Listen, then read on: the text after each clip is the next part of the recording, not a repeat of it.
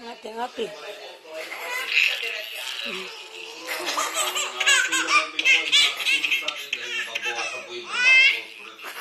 Relax na, relax, relax. Uy, baburot sila, uy. Ang baboy. Madam Chair, ang office ko Katingog. Katingog. same building po kami. Paliwanag ko lang yung opisina din po namin. Ang special for transnational crime, ang Philippine Center of Transnational Crime, which is the Interpol NCB Manila, sila po yung aming secretariat. Ay, sanawang sa tiyan. Nasa taas po. If I'm not mistaken, around 15.